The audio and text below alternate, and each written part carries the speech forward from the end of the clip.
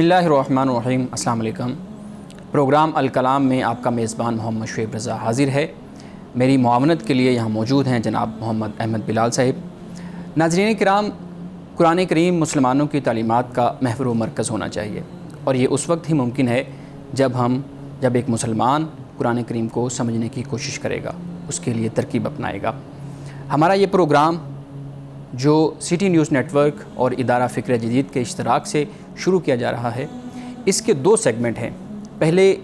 حصہ کے اندر ہم گفتگو کریں گے قرآن کریم کے اوپر، قرآن کریم کو سمجھنے کی کوشش کریں گے، مخصوص آیات کو لے کے ہم ان کا مفہوم جاننے کی کوشش کریں گے۔ اور جو دوسرا حصہ ہے اس پروگرام کا، اس میں ہمارے اپنے عہد کے جو سماجی، سیاسی اور مذہبی معاشرتی مسائل ہیں،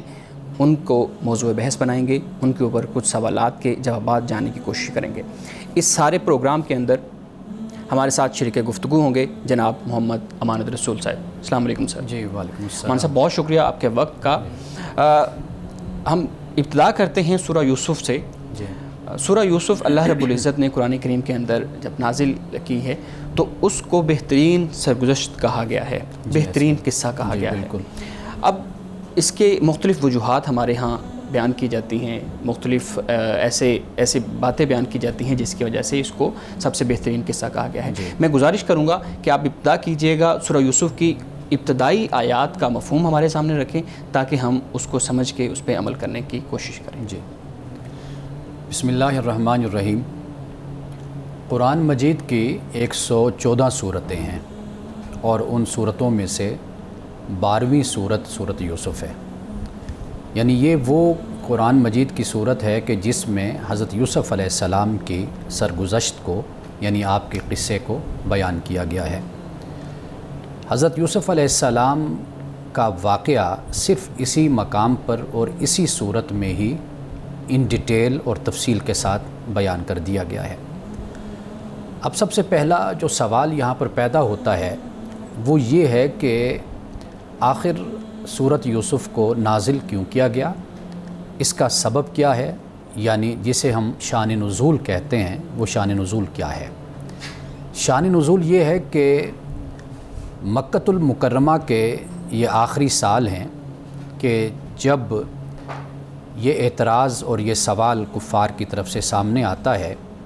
کہ اگر آپ اللہ کے پیغمبر ہیں، آپ اللہ کے نبی ہیں، تو پھر ہمیں یوسف علیہ السلام کی جو سرگزشت ہے، کہانی ہے، وہ آپ ہمیں بتائیے۔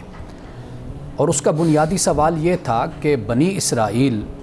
مصر کیسے پہنچے تھے، یہ سوال تھا۔ اور یہ بات کفار مکہ کو یہود نے کہی تھی کہ یہ تم محمد صلی اللہ علیہ وسلم سے پوچھو، اگر وہ اس کا جواب نہ دے سکے تو معلوم ہو جائے گا کہ وہ اللہ کے نبی اور رسول نہیں ہیں۔ لیکن جب وہ یہ سوال لے کر رسول اللہ صلی اللہ علیہ وسلم کے پاس آئے تو پھر اس کے بعد یہ صورت آپ پر نازل ہوتی ہے۔ اور یہ قرآن مجید کی ان چند صورتوں میں سے ہے کہ جو مکمل رسول اللہ پر نازل ہوئی، یعنی اس کے علاوہ چند اور صورتیں بھی ہیں کہ جو آپ پر مکمل نازل ہوئی ایک ہی وقت میں۔ یعنی ایسا نہیں ہے کہ کچھ آیات کسی دور میں نازل ہوئی، کچھ آیات کسی اور دور میں نازل ہوئی اور پھر ان کو ملا کر ایک صورت بنی، لیکن یہ وہ صورت ہے کہ جو مکمل آپ علیہ الصلوۃ والسلام پر ایک ہی دفعہ نازل ہوئی۔ اب جب یہ سوال ان کی طرف سے آیا تو اللہ سبحانہ و تعالیٰ نے اس صورت میں صرف حضرت یوسف علیہ السلام کے واقعے کو ہی بیان نہیں کیا، یعنی سرگزشت کو، بلکہ اللہ سبحانہ و تعالیٰ نے اس کے ضمن میں ایک میسیج اور ایک پیغام بھی کفار مکہ کو اور جو ایمان والے نہیں تھے، مشرکین تھے، ان کو ایک پیغام بھی پہنچا دیا۔ اس لیے کہ مکۃ المکرمہ میں رسول اللہ صلی اللہ علیہ وسلم کے رشتہ دار موجود تھے، یعنی بڑے بڑے رؤساء تھے، امراء تھے، طاقتور لوگ تھے، اور وہ کسی نہ کسی نسبت سے رسول اللہ صلی اللہ علیہ وسلم کے رشتہ دار بنتے تھے۔ اللہ سبحانہ و تعالیٰ نے سورت یوسف کو نازل فرمایا اور پھر اس سورت کے ذریعے سے تمام کفار کو، مشرکین کو، اور جسے ہم یہود کہتے ہیں، نصارہ کہتے ہیں، ان کو بھی ایک پیغام پہنچا دیا گیا۔ اب اس صورت کا جو آغاز ہوتا ہے، اس سے پہلے میں یہ بتانا چاہوں گا کہ حضرت ابراہیم علیہ السلام کے جن کو جد امجد کہا جاتا ہے، ابراہیم علیہ السلام عراق میں پیدا ہوئے تھے، اور پھر اللہ کے حکم سے اور پھر عراق میں آپ کے لیے جو وہاں پر رہنا تنگ کر دیا گیا اور آپ کو پریشان کیا گیا، اس لیے کہ آپ بت پرستی کے خلاف تھے، تو وہاں کا معاشرہ اور سماج، یہاں تک کہ آپ کے جو بزرگ تھے، رشتہ دار، بڑے سرپرست، وہ بھی آپ کے مخالف ہو گئے،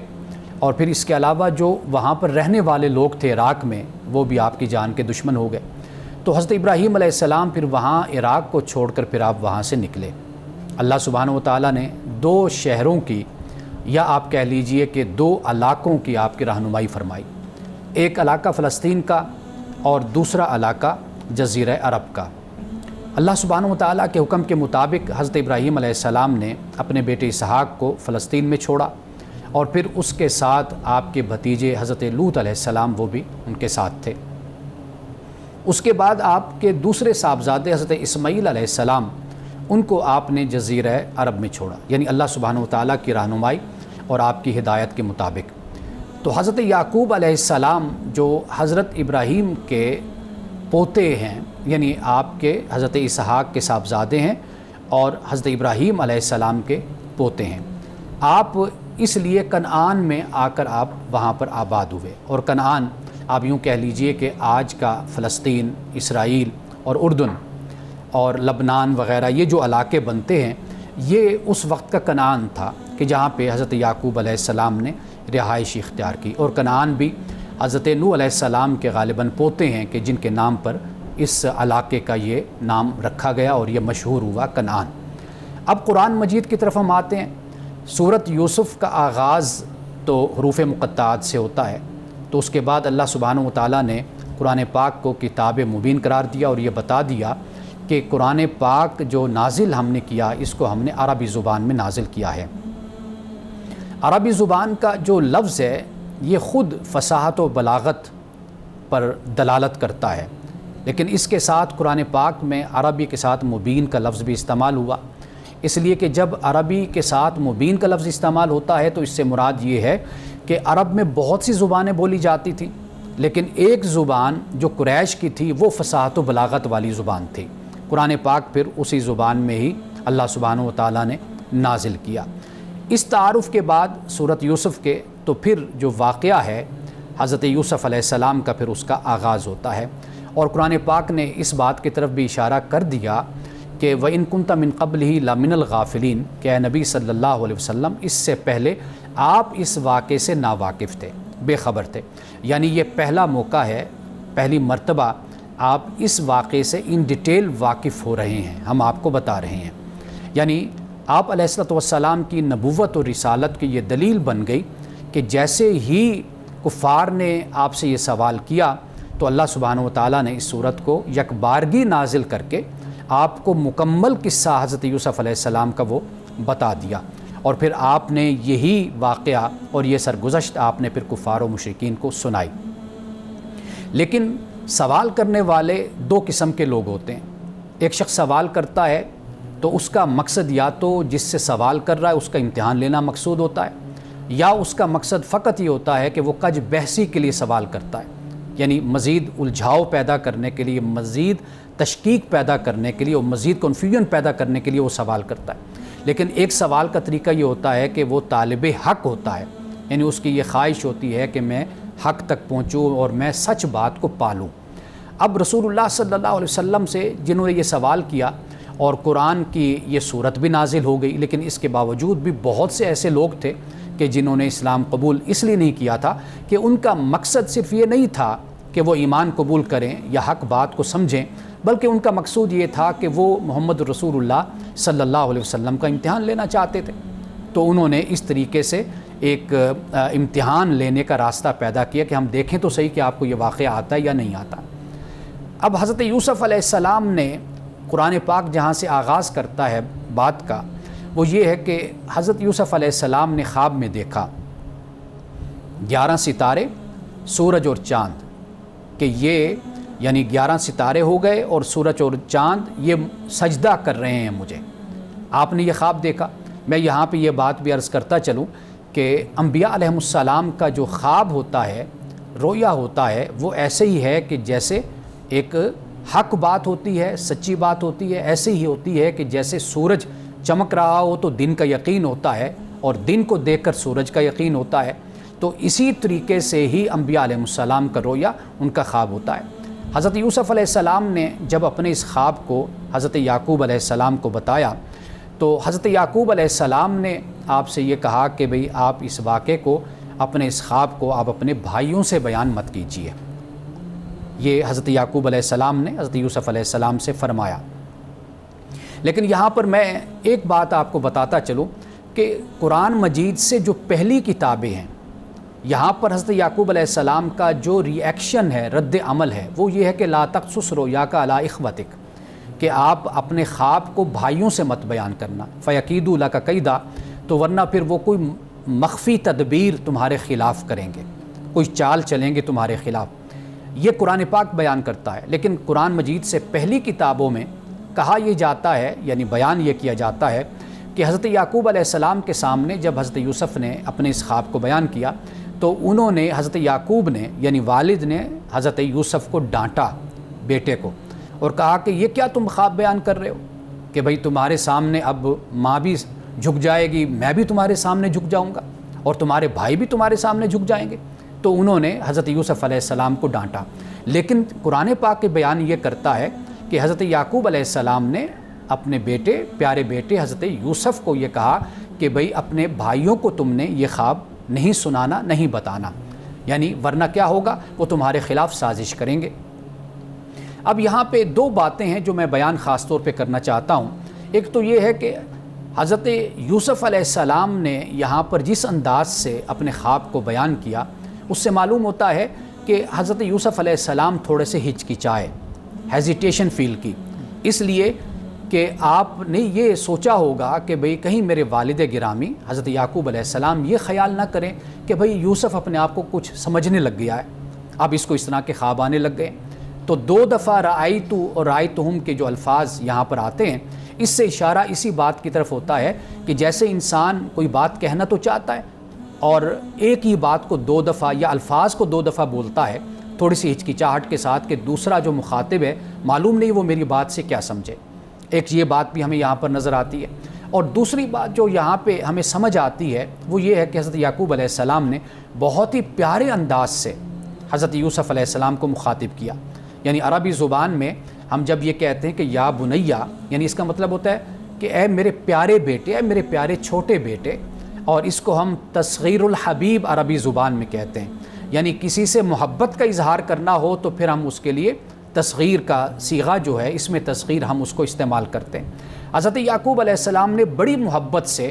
اپنے بیٹے حضرت یوسف سے یہ کہا۔ اب اس کے بعد قرآن پاک بیان کرتا ہے کہ جب یہ مکالمہ باپ اور بیٹے میں ہو رہا تھا تو حضرت یعقوب علیہ السلام نے پھر یہ بات بیان فرمائی، تین باتیں یہاں پر بیان کی۔ ایک تو فرمایا کہ اللہ سبحانہ و تعالیٰ آپ کو چن لے گا، آپ کو وَكَذَلِكَ اجْتَبِيكَ رَبُّكَ، اور دوسری بات بیان کی وہ يُعَلِّمُكَ مِن تَعْوِيلِ الْأَحَادِيثِ، کہ آپ کو اللہ سبحانہ و تعالیٰ سکھائے گا باتوں کی حقیقت، اور تیسری بات یہ بیان کی کہ اللہ سبحانہ و تعالیٰ اپنی نعمت کو تمام کر دے گا، جیسے آل یعقوب پر تمام کیا، جیسے آپ کے جد امجد یعنی حضرت ابراہیم اور اسحاق پر جیسے تمام کیا، نعمت کو پورا کیا۔ وہ نعمت کیا ہے؟ وہ شریعت ہے، وہ دین ہے۔ اب یہاں پہ حضرت یعقوب علیہ السلام نے تین باتوں کا ذکر کر دیا، لیکن ان تین باتوں کی تفصیل سے پہلے میں آپ کو یہ بتانا چاہوں گا کہ حضرت یعقوب علیہ السلام کو اپنے بیٹوں کے رویوں سے اس بات کا اندازہ ہو گیا تھا کہ وہ حضرت یوسف اور حضرت بنیامین ان دونوں کو پسند نہیں کرتے اور ان سے حسد رکھتے ہیں، جیلسی کرتے ہیں، تو اس لیے آپ نے حضرت یوسف علیہ السلام کو اس بات سے باخبر پہلے کر دیا تھا۔ اور آگے جا کر جب ہم پڑھیں گے تو ہمیں معلوم ہوگا کہ واقعی حضرت یعقوب علیہ السلام نے جو فرمایا تھا، ابھی حضرت یوسف علیہ السلام نے اپنے خواب کے بارے میں کچھ نہیں بتایا، لیکن اس سے پہلے ہی بھائیوں کا جو رویہ تھا وہ سامنے آ گیا۔ اب یہ جو تین باتیں ہیں، ایک اجتباء ہے، اجتباء سے مراد یہ ہے کہ اللہ سبحانہ و تعالیٰ انبیاء علیہم السلام کو یعنی افراد کو اپنی نبوت اور اپنی رسالت کے لیے چنتا ہے، یعنی مخاطبہ الہی جس کو ہم کہتے ہیں، اللہ سبحانہ و تعالیٰ اس کے لیے مقرر فرماتا ہے، ان کا انتخاب کرتا ہے۔ تو حضرت یوسف علیہ السلام کا ایک تو اس طرف اشارہ ہو گیا جو حضرت یعقوب علیہ السلام نے کیا، اور دوسری بات جو تعویل الاحادیث ہے، اس سے دو باتیں ہمیں سمجھ آتی ہیں۔ ایک بات یہ ہے تعویل الاحادیث، احادیث سے مراد خواب بھی ہوتے ہیں، یعنی وہ باتیں کہ جو انسان خواب میں بھی سنتا اور دیکھتا ہے، اور اس کے علاوہ دوسری باتیں وہ ہیں کہ جو دنیا میں رونما ہوتی رہتی ہیں۔ تو تعویل الاحادیث سے مراد یہ دونوں باتیں، یعنی باتوں کی حقیقت، یہ علم اللہ تعالیٰ نے حضرت یوسف علیہ السلام کو عطا کیا۔ اب باتوں کی حقیقت کیا ہے، اس کے لیے پھر اللہ تعالیٰ نے آگے فرمایا حکم اور علم ہم نے یوسف علیہ السلام کو عطا کیا، یعنی حکم سے مراد یہی حکمت ہے، یہی دانائی ہے، اور علم سے مراد وحی الہی ہے۔ اب یہاں پر ایک تو یہ تعویل الاحادیث مراد ہو گئی، اور تیسری بات جو بات یہاں پر بیان فرما دی وہ یہ بیان کر دی کہ اللہ سبحانہ و تعالیٰ جس نے حضرت ابراہیم پر، حضرت اسحاق پر جس طرح اللہ تعالیٰ نے اپنی نعمت کو پورا کیا، اور آل یعقوب پر، آپ یہاں پہ یہ بھی دیکھیے کہ حضرت یعقوب علیہ السلام نے اپنا ذکر نہیں کیا، یہ نہیں فرمایا وَعَلَىٰ یعقوب، اس لیے کہ یہ بھی عجز و انکساری کا ایک انداز اور اس کا اظہار ہوتا ہے کہ حضرت یعقوب علیہ السلام نے اپنا نہیں ذکر کیا بلکہ ابراہیم اور اسحاق کا ذکر کیا اور آل یعقوب کا ذکر کیا۔ تو یہاں پر تین باتیں حضرت یعقوب علیہ السلام نے بیان کر دی، اور اس مقام پر پہلا رکوع بھی پھر مکمل ہو جاتا ہے کہ اللہ پاک فرماتا ہے ان ربک حکیم علیم، بے شک آپ کا رب حکمت والا اور علم والا ہے۔ بہت شکریہ مانی صاحب، بہت احسن انداز میں آپ نے ان آیات کا جو منشا ہے وہ بیان کیا ہے۔ ابھی کچھ سوالات ہیں، اسی آپ نے جو گفتگو کی ہے اس پہ کچھ سوالات میرے پاس ہیں، لیکن ان سوالات سے پہلے ہم لیں گے ایک وقفہ۔ ناظرین یہاں پہ ہم ایک وقفہ لیں گے، وقفے کے بعد دوبارہ حاضر خدمت ہوتے ہیں۔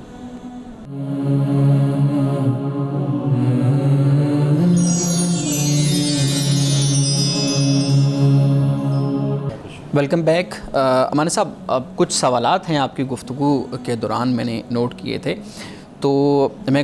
گزارش آپ سے کروں گا کہ ان سوالات کے جوابات جو ہے وہ اس طرح دیجیے گا تاکہ جو نوجوان ہے اس کے ذہن کے اندر جو سوالات پیدا ہو رہے ہیں اس کو مطمئن کیا جا سکے۔ اچھا، کتاب مبین قرآن کریم نے کہا، اس صورت کے اندر ہم نے پڑھا کہ اس کو کتاب مبین قرار دیا گیا ہے۔ اب دیکھیں، جب حلال حرام واضح ہے، ہدایت اور گمراہی واضح ہے، اسی طریقے سے ساری چیزیں قرآن پاک کے اندر جو ہے نا وہ واضح طور پہ بیان کی گئی ہیں، تو پھر ہم دیکھتے ہیں کہ تفاسیر کے اندر ایک ہی آیت کا جو مفہوم ہے وہ الگ الگ ہے، وہ مختلف ہے، اس کے اندر جو ہے نا وہ بڑی ایک اختلاف پایا جاتا ہے۔ ایک تو اس پہ آپ جو ہے نا وہ پلیز گفتگو کیجیے گا۔ دوسرا مجھے یہ بتائیے گا کہ جب واضح ہیں چیزیں تو پھر قرآن کریم کی جو تفہیم ہے اس کے لیے ہم احادیث سے جو ایک رہنمائی لیتے ہیں، اور ہمارے ہاں بہت سی تفاسیر ایسی ہیں جو فوکس قرآن کریم کی آیت کو کرتی ہیں لیکن نیچے ساری احادیث اس کو جو ہے نا واضح کرنے کے لیے بیان کی جاتی ہیں، تو پلیز اس پہ ذرا گفتگو کیجیے گا۔ اچھا، میں نے اپنی گفتگو کے دوران یہ بتایا کہ عربی مبین بلسان عربی مبین قرآن پاک میں ہے، یعنی مبین سے مراد ہے کہ واضح، یعنی بالکل کھلی ہوئی بات جو ہے وہ قرآن پاک کی ہے۔ قرآن پاک جو کتاب مبین اپنے آپ کو کہتا ہے، اللہ سبحانہ و تعالیٰ نے یہ فرمایا کہ یہ کتاب مبین ہے، تو کتاب مبین سے مراد یہ ہے کہ قرآن پاک میں کوئی گنجلک نہیں ہے، کوئی ابہام نہیں ہے، کوئی ایسی بات نہیں ہے کہ جسے انسان پڑھے اور پھر وہ اس پر واضح نہ ہو اور اس کو وہ سمجھ نہ آئے، تو یہ کتاب مبین کا یعنی مطلب ہو جاتا ہے۔ تو قرآن پاک چونکہ عربی میں نازل ہوا، عربی مبین میں، اور قرآن پاک میں جو احکام بیان ہوئے یعنی اوامر ہیں، نواہی ہیں اور دیگر جو مسائل بیان کیے گئے، عقائد سے متعلق ہے، عبادات سے متعلق ہے اور معاملات سے متعلق ہے، ان میں بالکل ہی وضاحت موجود ہے، ایک بات۔ دوسری بات یہ ہے کہ آپ نے جو یہ پوچھا احادیث رسول صلی اللہ علیہ وسلم کی طرح کے حوالے سے، تو اس حوالے سے میں یہ عرض کروں گا کہ قرآن پاک اصل کتاب ہے اصول کی، یعنی اصول سے مراد یہ ہے کہ قرآن پاک نے احکام کو بیان کیا ہے اور اختصار کے ساتھ بھی کئی احکام کو بیان کیا ہے۔ رسول اللہ صلی اللہ علیہ وسلم کی ذات اقدس وہ یہ بھی ہے کہ جہاں پہ آپ ڈرانے والے ہیں، آپ نذیر ہیں، وہاں پر یہ بھی ہے کہ لتبین للناس، کہ آپ لوگوں کے لیے پھر ان کو بیان بھی کرتے ہیں، ان کی وضاحت بھی کرتے ہیں۔ تو اللہ سبحانہ و تعالیٰ نے ایسا نہیں کیا کہ قرآن کو یا تورات کو یا انجیل کو اللہ تعالیٰ نے کہیں پر رکھ دیا اور کہا ہو کہ لوگوں جا کر وہاں سے اس کتاب کو اٹھا لو اور اس پر تم عمل کرو، بلکہ اللہ سبحانہ و تعالیٰ نے ایک انسان کے ذریعے سے، بشر کے ذریعے سے ہی کتاب سے تعارف کروایا، یعنی کتاب بشر پر نازل ہوئی، محمد رسول اللہ صلی اللہ علیہ وسلم پر نازل ہوئی اور وہ کتاب ہمارے پاس آئی۔ تو اب اس کتاب کی جو ایک تفصیل اور تفسیر ہو جاتی ہے تو وہ پھر رسول اللہ صلی اللہ علیہ وسلم کی سنت، آپ کا طریقہ، پھر اس سے ہمیں معلوم ہوتا ہے کہ بھئی کس طریقے سے انسان یہ عمل کرے۔ یعنی مثال کے طور پر جیسے ہم نماز کے بارے میں بیان کرتے ہیں تو نماز پھر ہمیں سنت سے معلوم ہوتی ہے، اسی طرح روزے کے حوالے سے آپ دیکھ لیں یا زکوٰۃ کو آپ دیکھ لیں یا حج کے بہت سے مناسک ہیں، بہت سے جو اس کے احکام ہیں وہ ہمیں رسول اللہ صلی اللہ علیہ وسلم کی سنت سے معلوم ہوتے ہیں۔ تو لہٰذا یہ دونوں چیزیں اکٹھی ہیں، قرآن بھی اور سنت بھی۔ بالکل صحیح ہے۔ اچھا، دوسرا سوال اسی آیت سے جس میں کہا گیا کہ قرآن کریم کو ہم نے عربی میں نازل کیا تاکہ تم سمجھ سکو۔ اچھا، ایک سوال ذہن میں یہ بھی تو پیدا ہوتا ہے، مثال کے طور پہ شاید ایک مسلمان کے ذہن میں شاید سوال پیدا نہ ہو، لیکن ایک غیر مسلم کے یا جو قرآن کے اوپر اعتراض کرتا ہے میں بھی اس کے ذہن میں یہ سوال پیدا ہو کہ یہ تو لسانی سبقت ہے۔ مثال کے طور پہ ایک زبان کو جو ہے نا وہ مختلف روایات کے ذریعے ہم دیکھتے ہیں کہ جب یہ کہا جاتا ہے کہ یہ جنتیوں کی زبان ہے اور اسی طریقے سے باقی چیزیں بیان کی جاتی ہیں، تو اس سے یوں محسوس ہوتا ہے کہ آپ یہ لسانی سبقت ہے اور باقی زبانیں جو ہے نا وہ ان کے اوپر اس کو فوقیت دی جا رہی ہے، اس کو اہمیت دی جا رہی ہے۔ تو یہ لسانی سبقت تو پھر خدا کی طرف سے معاذ اللہ یعنی یہ قومی تفاخر آپ کہنا چاہتے ہیں، یعنی یہ معاذ اللہ یہ کہا جائے گا یہ خدا کی طرف سے یہ تفریق ہے۔ دیکھیے، عربی زبان سے پہلے بھی دیگر زبانوں میں بھی اللہ سبحانہ و تعالیٰ کی وحی اتری، بالکل، یعنی پہلے جو پیغمبر تھے سب کا تعلق عرب کے ساتھ تو نہیں تھا، غالباً کوئی 3 یا 4 پیغمبر بنتے ہیں جن کا تعلق عرب سے ہے، باقی عرب سے باہر جو علاقے ہیں وہاں پر بھی ہیں۔ اور پھر یہ ہے کہ ہم جن پیغمبروں کو جانتے ہیں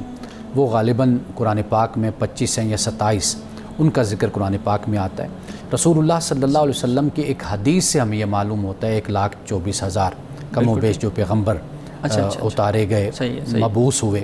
ان کا ہمیں ذکر حدیث کے ذریعے سے ہوتا ہے۔ تو آپ یہ دیکھیے نا کہ صرف عربی زبان نہیں، اس کے علاوہ بھی دیگر زبانیں ہیں کہ جن میں اللہ کا کلام اترا ہے۔ اب عربی میں کیوں اترا اور عرب کو کیوں منتخب کیا گیا، اس کی بھی بہت سی وجوہات اور بہت سے اسباب ہیں۔ تو قرآن کی اپنی جو تعلیم ہے، رسول اللہ صلی اللہ علیہ وسلم کا اپنا اسوہ حسنہ ہے، وہ تو اس قومی تفاخر کو اور صرف ایک انسان ہونے کی بنیاد پر یا زبان کی بنیاد پر یا کسی اور وجہ سے جو ایک تفاخر اور فخر ہوتا ہے، اس کو تو رسول اللہ صلی اللہ علیہ وسلم نے پامال کر دیا اپنے قدموں کے نیچے، فرمایا کہ یہ سارے جو جاہلانہ طریقے ہیں، رسوم و بدعات اور روایات، اس کو آج میں اپنے قدموں کے نیچے پامال کرتا ہوں۔ تو ہمیں تو اسلام کی یہ تعلیم ملتی ہے، تو آخر کسی زبان کا انتخاب تو کیا جانا تھا۔ بالکل ایسے ہی ہے۔ اس زبان کا اس لیے انتخاب کیا گیا کہ اس میں فصاحت بھی ہے، اس میں بلاغت بھی ہے، اور عرب کے لوگ اپنی زبان پر بہت زیادہ فخر بھی کرتے تھے اور گھمنڈ بھی تھا ان کو۔ تو اللہ سبحانہ و تعالیٰ نے ان میں پیغمبر کو بھیجا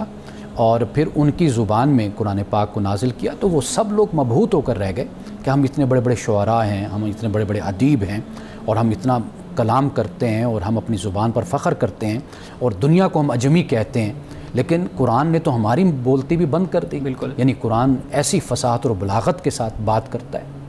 بالکل صحیح ہے۔ اچھا، آپ کی بات سے ہی میرے ذہن میں ایک بات آ رہی تھی کہ آپ نے بتایا کہ اس کی مختلف وجوہات ہیں کہ وہ صرف عرب کے اندر جو ہے نا وہ کیوں نازل ہوا تھا۔ اچھا، جب ہم سورہ یوسف کو پڑھتے ہیں تو اس میں کہا گیا کہ یہ قرآن عربی میں نازل کیا، ٹھیک ہے، تاکہ تم سمجھ سکو۔ اب یہاں پہ اگر ہم سورہ یوسف کے بارے میں یہ بات ہوتی تو کہہ سکتے تھے کہ چونکہ وہاں پہ رسول اللہ صلی اللہ علیہ وسلم سے سوال کیا گیا، جیسے آپ نے اپنی گفتگو کے اندر جو ہے نا وہ اس بات کو واضح کیا کہ رسول اللہ سے سوال کیا گیا، تو اس کے جواب کے اندر سورہ یوسف اور پوری سرگزشت جو ہے نا وہ بیان کی گئی ہے۔ لیکن یہاں پہ تو قرآن کریم کے بارے میں یہ کہا جا رہا ہے کہ اس قرآن کو ہم نے عربی میں نازل کیا تاکہ تم سمجھ سکو۔ تو اس کا پھر ایک سوال ذہن میں یہ بھی تو آ سکتا ہے کہ پھر یہ عجم کے لیے تو نہیں ہے، یہ تو خاص عرب کے لوگوں کے لیے ہے اور ان کی تفہیم کے لیے، ان کے معاملات کے لیے ہے، عجم والے اس سے کیسے سبق حاصل کریں؟ دیکھیے، قرآن پاک نے پھر دوسری آیات کو بھی تو ساتھ اس کے دیکھنا ہوتا ہے کہ جس سے بات مزید واضح ہو جاتی ہے کہ قرآن پاک جب ہم پڑھتے ہیں لتنذر ام القری ومن حولھا کے الفاظ بھی ہیں کہ ہم نے قرآن پاک کو عربی میں نازل کیا ہے مبین میں، تو اس کا مقصد کیا ہے؟ ایک تو ام القری کو یعنی جو اہل مکہ ہیں، مکہ والے، ان کو بھی آپ ڈرائیے، اور ومن حولھا اور جو اس کے آس پاس ہیں، جزیرہ عرب کے لیے اسلام کی یہ تعلیم یہاں پر بیان کیا۔ دوسرے مقامات کو جب ہم پڑھتے ہیں تو وہاں سے ہمیں یہ معلوم ہوتا ہے کہ اسلام ساری انسانیت کے لیے، صرف عرب کے لوگوں کے لیے نہیں۔ قرآن کی دیگر آیات کو بھی جب آپ دیکھیں گے تو پھر ملا کر جب ایک مفہوم واضح ہوگا، سامنے ہوگا، تو پھر وہ یہی مفہوم واضح ہوتا ہے کہ نازل تو عرب میں ہوا، رسول اللہ صلی اللہ علیہ وسلم کو مبعوث اس میں کیا گیا، مکہ میں اور جزیرہ عرب میں، لیکن اسلام کی تعلیم تو قیامت تک کے لیے سارے انسانوں کے لیے اور زمین پر رہنے والوں کے لیے ہے۔ بالکل ایسا ہی، بالکل ایسا ہی ہے۔ اچھا، ایک سوال جو مزید اس کے میں دو پہلو آپ کے سامنے رکھوں گا۔ جب قرآن کریم کہتا ہے کہ یہ بہترین قصہ ہے، بہترین سرگزشت ہے، تو اس کی کیا وجوہات ہو سکتی ہیں؟ اس کی یہ وجہ ہو سکتی ہے کہ کیا اس کی مماثلت رسول اللہ صلی اللہ علیہ وآلہ وسلم کے ساتھ ہے کہ جو حالات، جو معاملات حضرت یوسف علیہ السلام کے ساتھ ہوئے وہی تقریباً معاملات رسول اللہ صلی اللہ علیہ وسلم کے ساتھ پیش آئے، ٹھیک ہے؟ یا پھر یہ ہو سکتی ہے کہ چونکہ یہ عرب والوں نے اس بات کا تقاضا کیا تھا تو اس لیے اس کے جواب کے اندر جو ہے نا سورہ یوسف نازل ہوئی، تو اس لیے یہ بہترین سرگزشت ہے۔ یا پھر یہ تیسری صورت یہ ہو سکتی ہے مطلب کہ اس کے اندر معیشت، سیاست، خاندان، آپسی تعلقات، ایون تربیت، بچوں کی تربیت، پیرنٹس، اور ان ساری چیزوں کو اس کے اندر جمع کیا گیا۔ کیا وجوہات ہیں؟ آپ کو کیا اس میں لگتا ہے کہ کس وجہ سے کہا گیا؟ احسن القصص اگر آپ یوں کہیے کہ جیسے ایک ہم کلام کرتے ہیں نا، گفتگو کرتے ہیں، تو احسن الکلام کیا ہوتا ہے؟ خوبصورت ترین کلام بالکل وہ ہوتا ہے کہ جو جامع بھی ہو اور معنی بھی ہو، یعنی جامعیت بھی اس کے اندر موجود ہو، اور اس میں ایسی باتیں کہ جو حشو و زائد جس کو ہم کہتے ہیں، جس کی ضرورت نہیں ہوتی، جو غیر ضروری باتیں ہوتی ہیں، وہ بھی اس میں شامل نہ ہو۔ ہم کہتے ہیں یہ احسن الکلام ہے، یہ خوبصورت کلام ہے۔ جب قرآن پاک سورۃ یوسف کو، حضرت یوسف علیہ السلام کی سرگزشت کو، جب قرآن یہ کہتے ہیں احسن القصص یعنی سرگزشتوں میں سے بہترین سرگزشت ہے، بہترین آپ کا یہ بیان ہے، تو یہ بہترین اسی بنیاد پر ہے کہ اگر سورۃ یوسف کا مطالعہ کریں تو انفرادی زندگی انسان کی ہو یا اجتماعی زندگی، یعنی ان دونوں زندگیوں کا جو گھیراؤ ہے، احاطہ ہے، وہ قصہ یوسف کرتا ہے۔ یعنی ایک انسان کی جو پرسنالٹی ہے، اس کی جو ذات ہے، اور اس کے جو داعیات ہوتے ہیں، اچھے بھی ہیں، اس کے اندر برے بھی ہیں، وہ اپنی اصلاح کیسے کرتا ہے، اپنے آپ کو کیسے لے کر چلتا ہے، ایک تو یہ بات ہمارے سامنے آتی ہے۔ دوسری بات یہ کہ جب اجتماعیت میں آپ جاتے ہیں، اب وہاں پر بھی دیکھیے کہ وہ جو تقاضے ہیں، داعیات ہیں، وہاں پر جو ضرورتیں ہیں، وہاں جو مسائل ہیں، وہ مسائل بھی سامنے آتے ہیں، اور پھر ان مسائل کا حل بھی ہمارے سامنے آتا ہے۔ تو گویا کہ احسن القصص کو آپ اس طرح سمجھیے کہ جو جامعیت اس صورت کے اندر موجود ہے، اور جیسے ہم عربی زبان میں کہتے ہیں کہ الکلام ما قل ودل ولم یطل فیمل، کلام وہ ہوتا ہے کہ جو قلیل ہو لیکن اس کی دلالت جو ان سے وہ زیادہ ہو، بالکل صحیح، اور وہ اتنا طویل نہ ہو کہ جس سے لوگوں کو وہ ملول کر دے، لوگوں کو دکھی کر دے، حزن و ملال میں ڈال دے۔ تو یہی انداز ہے اس احسن القصص کا کہ اس کو اللہ سبحانہ و تعالیٰ نے اس طرح بیان کیا ہے کہ اگر اس کو انسان توجہ سے پڑھے، ترجمے کے ساتھ، تفسیر کے ساتھ، اور اس کو سمجھے، تو یہ انسان کی بحیثیت فرد کے شخصیت کی ضرورت کو بھی پورا کرتا ہے، اور پھر انسان کی جو سماجی اور اجتماعی مسائل ہیں ان کا حل بھی اسی صورت سے انسان کو معلوم ہوتا ہے۔ بہت شکریہ آپ کا، ان سوالات کے جوابات آپ نے دیے۔ ناظرین، ابھی ہم ایک وقفہ لیں گے، وقفے پر دوبارہ اپنی گفتگو کا آغاز کریں گے۔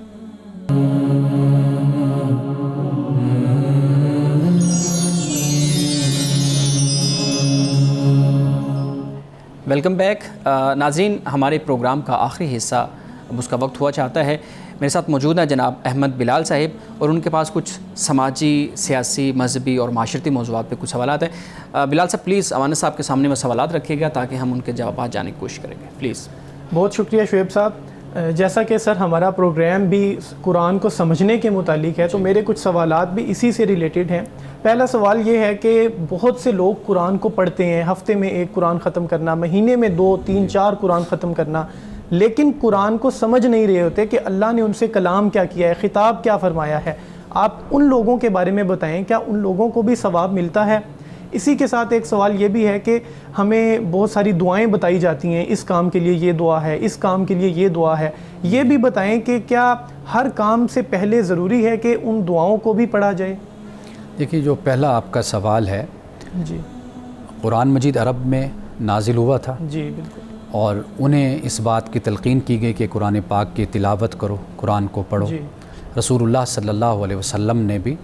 مسلمانوں کو اس بات کا حکم دیا، نصیحت فرمائی کہ قرآن پاک کو پڑھو۔ جی تو واضح بات ہے کہ قرآن پاک ان کی زبان تھی، بالکل، انہیں کہا گیا کہ آپ پڑھیں۔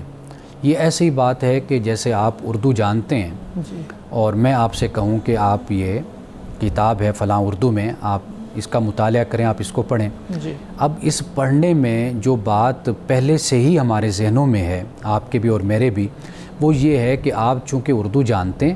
تو لہٰذا آپ اس کو سمجھ بھی لیں گے۔ جی بالکل، تو میں نے آپ سے کہا کہ آپ یہ کتاب پڑھیے۔ اسی طرح اللہ کے رسول نے جب مسلمانوں سے کہا کہ بھئی قرآن پاک کو آپ پڑھیں، جی تو اس پڑھنے میں سمجھنا پہلے سے ہی موجود تھا، بالکل، کیونکہ وہ اہل زبان تھے، ان کی زبان ان کی زبان تھی، اور اسی عربی میں میں قرآن قرآن پاک نازل ہوا۔ جی اب ہمارے ساتھ یہ حادثہ ہوا کہ جب ہم نے ان احادیث کو یا قرآن کی آیات کو لیا، ہم نے یہ سمجھ لیا کہ صرف قرآن پاک کا پڑھنا یہاں پر موجود ہے اور سمجھنا موجود نہیں ہے۔ جی پہلے جو مخاطبین اول تھے ان کے پڑھنے میں ہی سمجھنا شامل تھا، کیونکہ زبان ایک تھی۔ کیونکہ ان کی زبان ایک تھی۔ جی اب ہمارا مسئلہ یہ ہو گیا کہ ہم نے ان مقامات کو ایز اٹ از اٹھایا اور ہم نے یہ خیال کر لیا کہ ہم صرف پڑھیں گے تو پڑھنے پر ہی ہمیں اجر اور ثواب ہمیں ملے گا۔ باقی اجر اور ثواب دیکھیے، قرآن پاک پڑھنا یہ بذات خود ایک نیک عمل تو ہے نا، بالکل ایک اچھا کام تو ہے۔ بالکل، تو جب ایک اچھا کام ہے اس پر تو اجر اور ثواب اللہ کی طرف سے ہے ہی۔ بالکل، لیکن قرآن پاک کے جو نزول کا مقصد ہے وہ تو یہی ہے نا کہ جیسے سورۃ یوسف کو ہم نے پڑھا کہ لعلکم تعقلون، جی تاکہ تم سمجھو۔ تو اس لیے جو قرآن کے نزول کا مقصد ہے وہ یہ ہے کہ ہم قرآن پاک کو پڑھیں، قرآن پاک کو سمجھیں اور پھر ہم قرآن پاک پر عمل کریں۔ یہ نہیں ہے کہ صرف قرآن کا پڑھنا ہی ہم عمل بنا لیں۔ قرآن کا مقصد یہ ہے کہ اس کو پڑھ سمجھ اور پھر اس کے بعد اس پر عمل کرنا ہے۔ یعنی پڑھنے پر ثواب ملے گا، لیکن مقصد اسی وقت پورا ہوگا جب ہم اس کو سمجھنے کی بالکل۔ کوشش کریں گے۔ یعنی وہ جو آپ عمل کر رہے ہیں، واضح بات ہے کہ اس کا تو اجر اور ثواب ہے، ایک نیک عمل ہی آپ سر انجام دے رہے ہیں نا۔ لیکن قرآن کے نزول کا مقصد یہی ہے کہ آپ قرآن پاک کو سمجھ کر آپ پڑھیے۔ اور پھر یہ بات بھی یاد رکھیے کہ اللہ سبحانہ و تعالیٰ کے ہاں تعداد نہیں ہوتی، یعنی یہ نہیں ہے کہ آپ نے کتنے قرآن پاک ختم کر لیے۔ اللہ سبحانہ و تعالیٰ تقویٰ کو دیکھتا ہے، انسان کے اخلاص کو دیکھتا ہے اور انسان کے رجوع کو دیکھتا ہے، توجہ کو دیکھتا ہے۔ اور پھر یہ ہے کہ بے شک آپ ایک آیت پڑھیں،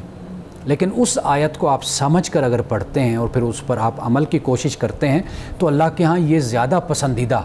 عمل ہو جاتا ہے۔ صحابہ کرام رضوان اللہ تعالیٰ علیہ مجمعین،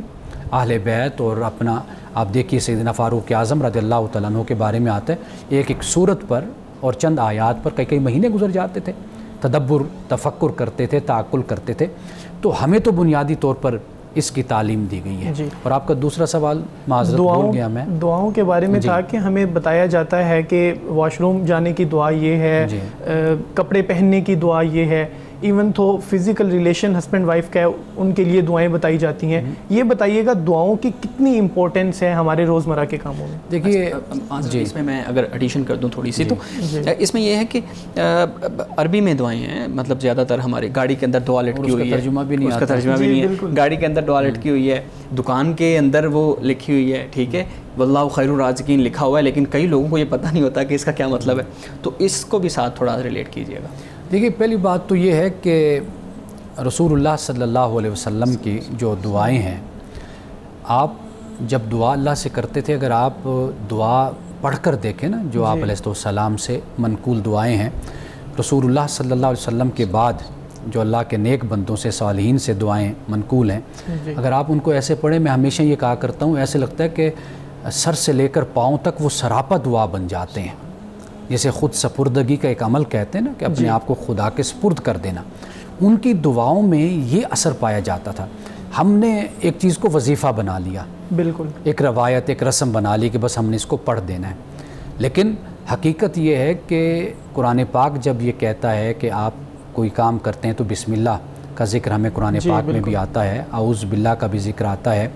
رسول اللہ صلی اللہ علیہ وسلم نے بھی فرمایا کہ کوئی کام بھی آپ کرتے ہیں تو اگر بسم اللہ سے شروع کریں تو اس میں برکت ہوتی ہے، تو اللہ کے نام سے۔ تو اللہ سبحانہ و تعالیٰ تو ہمارے ہر کام کے شروع میں بھی ہے اور ہمارے ہر کام کے آخر میں بھی ہے، لیکن ہمیں وہ جو روح ہے، اسپرٹ ہے، وہ ہم نے اصل چھوڑ دی، وہ نکال دی، اور وہ رٹی رٹائی جو دعائیں ہیں ہم فقط وہی پڑھتے رہتے ہیں۔ تو اصل جو مسئلہ ہے وہ یہ ہے کہ اللہ سبحانہ و تعالیٰ کی معیت، اللہ کا ساتھ، جب آپ کوئی عمل شروع کرتے ہیں آپ کے ایک لحاظ سے یہ دعا ہوتی ہے اللہ سبحانہ و تعالیٰ سے کہ اللہ اس عمل کو خیر و عافیت کے ساتھ اور بہتری کے ساتھ آپ مکمل فرما۔ تو یہ ایک بات ہمیں اس میں نظر آتی ہے، لیکن جو ہمارے ہاں ایک روایت اور ایک طریقہ بن گیا کہ ہمیں نہ ترجمہ پتہ ہوتا ہے کچھ بھی نہیں، اور صرف عربی جو ہے وہ بس ہم نے یاد کر رکھی ہوتی ہے، ہم اس کو دہرائے چلے جاتے ہیں، تو یہ اصل میں ان دعاؤں کا مقصود نہیں ہے۔ جی سر، بہت شکریہ سر۔ دوسرے سوال کا تعلق بھی کچھ سورہ یوسف سے ہے۔ آپ یہ بتائیں کہ والدین بچوں کی تربیت کس انداز سے کریں کہ ان کے درمیان پیار، محبت، یہ تعلق اور رشتہ دیر تک قائم رہ سکے؟ دیکھیے، پہلی بات تو اس حوالے سے یہ ہے کہ والدین ہمیشہ اپنے بچوں میں انصاف کا رویہ اختیار کریں۔ جی، یعنی انصاف سے مراد یہ نہیں ہے کہ بھئی اگر آپ کی توجہ اپنے کسی ایک بچے کی طرف ہے، اس کی وجہ اس بچے کی عادات ہیں، اس کا حسن سلوک ہے، اس کا حسن بیان ہے، اس کا اچھا انداز گفتگو ہے، احترام ہے، ادب ہے، فرمانبرداری ہے، یہ جو چیز ہے یہ ایک علیحدہ بات ہو جاتی ہے۔ لیکن جہاں پر مالی حوالے سے معاملہ ہوتا ہے، رویے کے حوالے سے ہوتا ہے، اس میں والدین کو سب سے پہلے چاہیے کہ اپنے بچوں میں عدل اور مساوات جو ہے وہ اس کو قائم کریں، برابری کو اختیار جب بچوں میں یہ فرق پیدا ہو جاتا ہے نا کہ یہ سمجھا جاتا ہے کہ بھائی والدین کا رویہ فلاں کے ساتھ تو بہت اچھا ہو جاتا ہے، ہمارے ساتھ اچھا نہیں ہے، تو پھر وہاں پر یہ جو مسائل ہیں اور جھگڑے ہیں یہ پھر وہاں پر جنم لیتے ہیں۔ جی سر، بہت شکریہ۔ شعیب صاحب اگر وقت ہے تو میں تیسرا سوال، پلیز۔ جی سر، تیسرا سوال آپ مجھے بتائیے گا کہ فیملی پلاننگ اور برتھ کنٹرول کے بارے میں اسلام ہمیں کیا درس دیتا ہے؟ دیکھیے، اس کا جو مختصر اس کا جواب ہے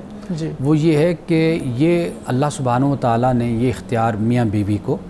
دیا ہوتا ہے، یعنی انسان کو یہ اللہ نے اختیار دیا ہوا ہے۔ جیسے ہم اپنے دیگر معاملات میں عقل کو، دانائی کو استعمال کرتے ہیں، حکمت کو استعمال کرتے ہیں،